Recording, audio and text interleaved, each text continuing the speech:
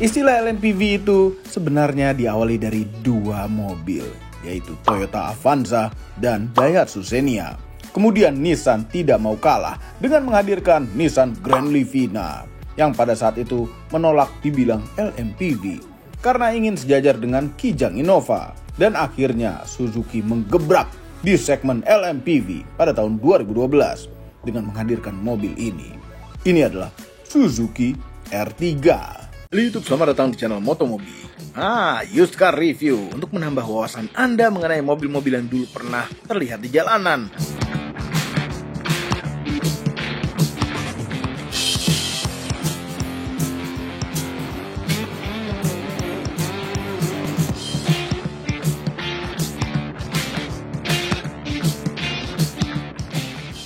Suzuki R3 diluncurkan di Indonesia pada 22 April 2012.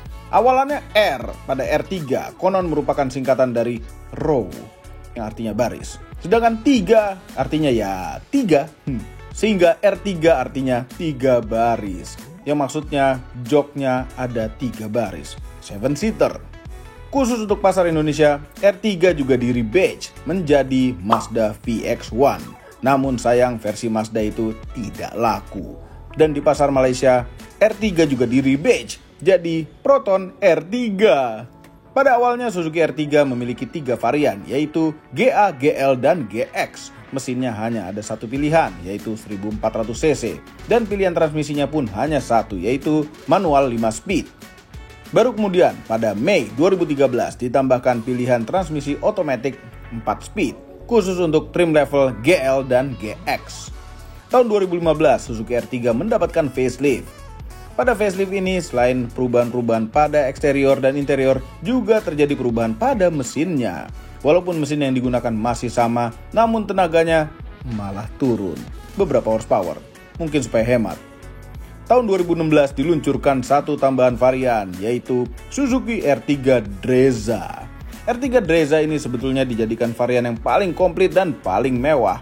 Namun sayang sekali bentuknya malah jadi aneh, macam Joker. Terakhir, tahun 2017 diluncurkan R3 dengan mesin diesel yang oleh ATPM-nya sering disebut sebagai diesel hybrid. Walaupun sebenarnya itu tidak hybrid-hybrid amat. Transmisi yang disediakan untuk versi diesel hanya ada manual 5 speed saja, tidak seperti varian-varian lain yang diproduksi di dalam negeri. Khusus varian diesel ini diimpor secara CBU dari India. Varian diesel ini populasinya cukup langka, karena pada April 2018 diluncurkan Suzuki R3 generasi kedua pada Indonesia International Motor Show. R3 generasi kedua ini masih dijual sampai sekarang, namun sayang sekali generasi kedua ini di Indonesia tidak dijual versi dieselnya lagi. Seperti biasa kami hadirkan spesialis mobil bekas kami, Mamang ini, Mamang Ican. Namun sebelum Anda ketemu Mamang Ican, mohon hentikan sementara video ini dan tekan tombol jempol ke atas, subscribe channel Motomobi apabila belum, dan tekan tombol loncengnya. Cek juga channelnya si Mamang itu, agar kami semua bahagia. R3 dengan bentuk seperti ini pada saat itu tuh laku banget karena dia salah satu LMPV yang ke wagon-wagonan. Walaupun masih wagonan dari Livina lah. Livina itu paling station wagon lagi. Ada Mobilio, terus terakhir yang ini. Walaupun ini MPV tapi ya udah anggaplah wagon gitu biar agak-agak bangga. Nah, yang pertama kali keluar itu bentuknya seperti itu. Udah tadi disebutkan sama Omobi, itu lebih keren lagi. Nah, facelift keduanya itu jadinya seperti ini. Dengan grill yang mirip-mirip seperti ATV. Ya, mirip sih, jadi gede sekali di sebelah sini. Terus juga dia punya fog lamp. Terus juga dia punya yang namanya kumis lele berwarna chrome. Nah, supaya mudah LMPV gitu ya. Dia lampunya tuh masih pakai halogen, udah multi reflektor, dan juga ada lampu sein di sebelah sini. Terus juga dia punya yang namanya kap mesin yang punya kontur sedikit di sebelah sini. Ada 2 buah kecerutan. What the meaning of kecerutan? Terus kalau dari bagian samping sama depan itu nyambung proporsional untuk R3. Di sini juga punya kebanggaan. Yang punya R3 diesel tuh bangga. Soalnya tulisannya tuh bukan yang macam-macam seperti bensin. Didis. Dis. Nah, di sini juga dia punya lampu sein LED di bagian spion untuk tipe R3 diesel, GX, dan tipe yang teratas. Sedangkan yang bawah-bawahnya masih di sebelah sini. Dia punya juga velg seperti itu, ring 15 dengan profil ban 185/65. Dan juga punya ini nih, ciri khas untuk R3 yang lama gitu ya. Row keduanya, pintunya tuh paling lebar sendiri. Ini dibandingkan sini, ini lebih lebar. Ini untuk memudahkan akses ke row ketiga. Dia juga punya kaca yang kecil untuk di bagian belakang. Dan ini yang lucu lagi untuk sebuah R3. Lampunya. Lampu belakang tuh sampai menyeruak ke sini. Hampir setengahnya. Ini buat apa gitu ya? Tapi nggak apa-apa. Ini kalau dimodif, kalau aja ya, dimodif jadi kayak saat marker itu keren. Kayaknya. R3 itu termasuk kompak, panjangnya itu 4,3 meter, lebarnya 1,7 meter, tingginya 1,7 meter, dan wheelbase-nya ini yang keren. R3 dia punya wheelbase yang paling panjang di antara LMPV yang lain di zamannya, 2,7 meter. Makanya mestinya dengan wheelbase seperti ini gitu ya, dia stabilitasnya oke, terus juga dia punya ruang kabin yang luas. Nanti kita coba cek di dalamnya. Dari belakang, R3 tuh seperti ini, tergolong manis lah untuk sebuah LMPV yang ya nggak malu-maluin banget untuk bawanya gitu ya. Terus juga dia punya third brake lamp, walaupun dia nggak punya topi belakang. Ada rear defogger, ada wiper, jadi cukup lengkap untuk yang dieselnya. Terus juga untuk pembeda facelift yang satu, yang kedua dari sebelah sini. Karena yang facelift yang pertama itu ada kayak krom-kroman sebelah sini. Terus juga di sini juga ada krom, bukan krom, ini namanya adalah ada garnish-garnishan untuk ya kayak mika lampu hampir sejajar lah, yang cuma hiasan doang. Terus yang namanya LMPV halogen semua udah pasti biar gampang ngerawatnya. Dan juga pembedanya antara diesel sama yang bensin itu dari sini. Sensor parkirnya itu ada 4 kalau yang diesel, tapi yang bensin tuh ada 2. Yes, kita cek bagasinya. Dia pakai bukan kayak pintu biasa, bukan pakai tombol elektrik, dan ngebukanya tuh tinggi.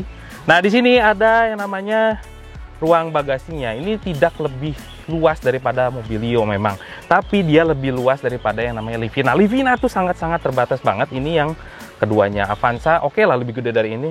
R3 cuma segini-segini. Cuman seneng ya R3 kalau misalnya masih kurang bawa barang, ini bisa jadi flat floor. Terus di sini dikasih juga namanya partisi gitu, jadi biar sejajar dengan kursinya. Ini keren sekali. Nah, sekarang kita bahas mesinnya. Mesinnya R3 itu ada 2 sebetulnya di Indonesia. Ada yang bensin, ada yang diesel. Tapi yang diesel yang kita pakai. Nah, sebetulnya yang bensin itu ada 2 perubahan, ada beda tuningan antara yang pre-facelift sama yang faceliftnya. Berbeda sekitar 3 horsepower-an lah.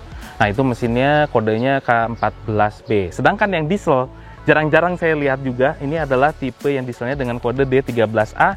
Punya tenaga itu kecil. Cuman sekitar 86 horsepower-an. Tapi torsinya 200 Nm. Nah, dia punya juga teknologi mild hybrid. Sebetulnya ini mesinnya adalah mesin Fiat yang dibeli oleh Suzuki, makanya dia punya mild hybrid. Nah, ini paling keren lah. Mesin ini juga dipakai oleh Chevrolet Spin sama juga DFSK yang pickup itu loh, yang dieselnya juga. Nah, ini mild hybridnya itu tidak berfungsi sebagai doping dari tenaganya si Suzuki-nya, tapi hanya sekedar untuk men-starter mesinnya, terus juga untuk menyupport yang namanya idle start stop engine. Terus juga untuk menambah daya ke akinya, karena dia punya yang namanya regenerative braking juga. Itu untuk supply ke aki arus listriknya itu mild hybrid itu cuma seperti itu aja. Ya, ini mungkin persepsinya berbeda Suzuki dengan hybridnya. Ya udahlah, pokoknya mild hybrid itu seperti itu. Agan-agan sekalian. Interiornya Suzuki R3 yang diesel itu agak-agak beige gitu ya. Paraduannya ini kremnya agak tua, yang bawahnya tuh agak muda. Terus juga materialnya tuh plastik-plastik semua. Tapi saya suka desainnya tuh modern banget untuk di zamannya. Terus juga saya suka penempatan tweeternya itu di bagian atas. Di sini tuh penempatan speakernya. Terus juga dia punya setir yang berbeda sendiri, karena setirnya yang diesel itu lebih terang daripada yang versi yang bensinnya. Yang bensin itu agak gelap, makanya ini lebih cepat kotor dibandingkan yang bensinnya. Terus juga ada pencet-pencetan di sini untuk audio doang. Nah, di sini polos. Ada airbag juga di kedua sisi, dan speedometernya hampir mirip dengan yang bensinnya. Cuman di sini ada tulisan SHVS. Di sini juga ada yang namanya odometer. Odometer itu digital, dan juga ada tachometer, ada speedometer, ada yang namanya temperatur engine sama fuel gauge. Nah, di bagian tengah ini ada MID. MID-nya tuh dia untuk menunjukkan average, terus juga ada range-nya berapa, terus juga untuk konsumsi bahan bakar existing gitu ya. Nah, di sini juga ada yang namanya udah selesai. Terus juga ada digital clock sama temperatur luar, terus sama indikator kalau kita misalnya harus pindah gigi kedua gitu ya. Jadi biar lebih economical di Suzuki R3 diesel. Nah, di bagian center clusternya di sini ada head unit built-in. Jadi susah lah untuk dirubah-rubah gitu ya. Ini oke, udah CD. Terus juga udah USB, udah CD, berarti sudah MP3 juga. Ini sederhana sekali. Terus pakai model-model Matrix gitu loh. Ya udahlah, yang penting suaranya masih lumayan. Nah, di sini ada climate control, masih putar-putaran kayak kompor gitu, tapi lengkap sekali. Arah semburannya dari kaki sampai ke front defogger udah gitu. Juga ada yang namanya heater. Di sini juga ada sirkulasi dari luar ke dalam, dan juga untuk AC fan speednya tuh sampai 4. Nah, di bagian sini ini dalam sekali. Nah, di sini juga ada yang namanya tempat penyimpanan terbuka, ada cup holder. Di sini juga ada USB. Tuh, USB ada power socket 12 volt. Oke. Nah, di sini adalah transmisinya 5 percepatan, handbrake-nya masih manual. Dan juga di sini ada yang namanya sun visor. Yang di sebelah sini ada yang namanya vanity mirror. Ini juga standar sih. Untuk nyalain lampunya masih digeser-geser. Apalagi? Oh iya, duduknya tuh cukup flat. Kursinya tapi tersangga dengan baik sih. Cuman size supportnya memang kurang besar. Nah, di sini juga ada glove box. Glove boxnya lumayan lah, nggak terlalu gede-gede amat. Oke, di sini juga ada buat nyimpen-nyimpen sebelah sini. Nah, di trim pintu itu ada yang namanya bottle holder, dan juga untuk nyimpen-nyimpen. Nuansanya beige juga sama kayak keseluruhannya gitu. Nah, di sebelah sini, sebelah kanan, di sini ada yang namanya manual leveling headlamp. Terus juga ada yang namanya fog lamp, ada yang namanya untuk mematikan idle start stop engine. Di sini juga ada sensor parkir. Di bagian sini untuk power window-nya, untuk yang sini itu auto down doang. Dan juga di sini ada retractable mirror. Di sini juga ada namanya electric mirror. That's it. Cukup enak lah untuk di sebuah R3. Sekarang kita ke belakang. Di row kedua bukan yang terbaik di kelasnya, nggak begitu besar, cuma 3 jari, headroomnya tapi luas. Dan ini double blowernya dekat banget sama kepala kita, parah banget sih. Lihat, jadi benar-benar kepala kita tuh kesembur sama AC gitu ya. Jadi harap yang suka pusing pakai topi aja kayak saya. Nah, di sini juga ini kalau kita lihat pintunya tuh gede sekali. Jadi kalau nutup pintu tuh kayak nutup pintu panser gitu ya, gede sekali. Nah, di sini kita dikasih yang namanya armrest. Oke lah gitu ya, ini keren. Terus juga duduknya tuh empuk, cukup flat. Kalau di tengah juga asik. Jadi nggak terlalu menonjol di bagian tengahnya. Ininya juga cukup, gundukannya tuh cukup rata. Di sini juga ada power socket di bagian belakang. Nah, saya sekarang pengen ke row ketiga. Ini karena dia aksesnya tuh row ketiganya cukup gede gitu, bukannya, makanya ini kursinya kayak maju sendiri, ada celah di sini, jadi kaki juga masih bisa masuk sebetulnya.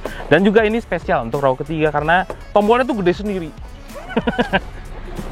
Nah, berbeda dengan yang lainnya, biasanya dilipat kayak gitu. Kalau R3 dia nge-sliding. Kita coba di row ketiga. Sempit sih. Lutut mentok, jadi kita diharuskan ngangkang gitu kakinya karena dia cukup mentok dan tidak begitu gede untuk di bagian belakang. Tapi headroom masih oke. Jendela cukup pas-pasan, ada cup holder di kanan dan kiri, ada tempat penyimpanan di sebelah sini juga.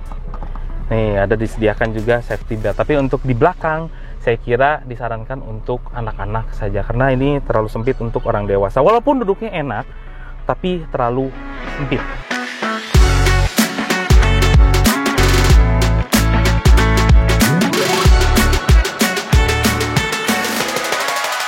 Sebenarnya sih nggak ada yang berbeda ya antara R3 yang biasa kita lihat, R3 yang bensin, cuman ini ada sedikit perbedaan di suara mesinnya. Karakternya juga sama, visibilitas ke depannya juga enak, gede gitu ya, lapang, kiri kanan depan belakang asik. Di sini juga pilar A-nya termasuk kecil. Jadi kalau untuk visibilitas dan cara pengendaliannya, terus cara untuk menyetirnya itu sama dengan R3 biasa. Posisi drivernya juga tinggi, dashboardnya juga rendah. Ini sih enak ya, untuk perjalanan jauh juga enak. Terus juga joknya juga empuk. Jadi ya namanya R3 emang termasuk lumayan nyaman. Nah, terus juga dia punya suspensi yang agak-agak sedikit kaku, tapi dia lumayan empuk tapi kaku gitu kan. Ada juga empuk yang agak-agak mengayun gitu ya, itu limbung banget mobilnya. Kalau ini empuk tapi agak kaku, makanya kalau di kecepatan tinggi masih tergolong stabil untuk R3. Nah, biasanya kalau sendiri kayak gini, ini kan agak-agak ya kaku gitu ya, tapi kalau banyakan sih pasti jadi empuk. Nah, yang berbeda dari R3 diesel ini dari mesinnya. Yes, ini aneh banget. Biasanya saya kalau nyetir R3 itu kan bensin halus. Kalau ini Ini tuh mental-mentul. Yang saya nggak suka dari dieselnya R3, dari cara nyetirnya itu agak endat-endutan gitu loh. Jadi torsinya tuh gede. Nah kalau kita misalnya stop and go itu agak sedikit endut-endutan. Jadi kayak torsinya tuh udah gitu, nggak enak banget itu sebetulnya. Tapi kalau udah digas, inilah yang menyenangkan dari R3 diesel. Jadi dia kan punya sistem turbo ya. Memang lag turbonya tuh gede banget. Jadi kalau kita pas RPM rendah, itu kerasa banget lagnya. Tapi kalau udah begitu masuk di RPM 2500 ke atas, ngeri nih R3 nih. Kencang mobilnya. Ya memang agak aneh. Biasanya nyetir bensin yang kalem gitu ya, suaranya tuh nggak masuk ke dalam. Suara dieselnya ini masuk ke dalam. Suara gemerincing dieselnya tuh asik. Kalau saya agak-agak diesel edik emang. Ini nih termasuk asik nih. Sekali lagi. Setir jadi liar.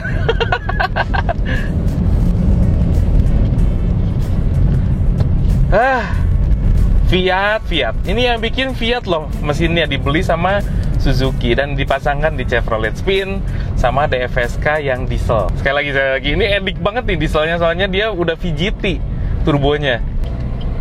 Awas kau. Awas. Ini padahal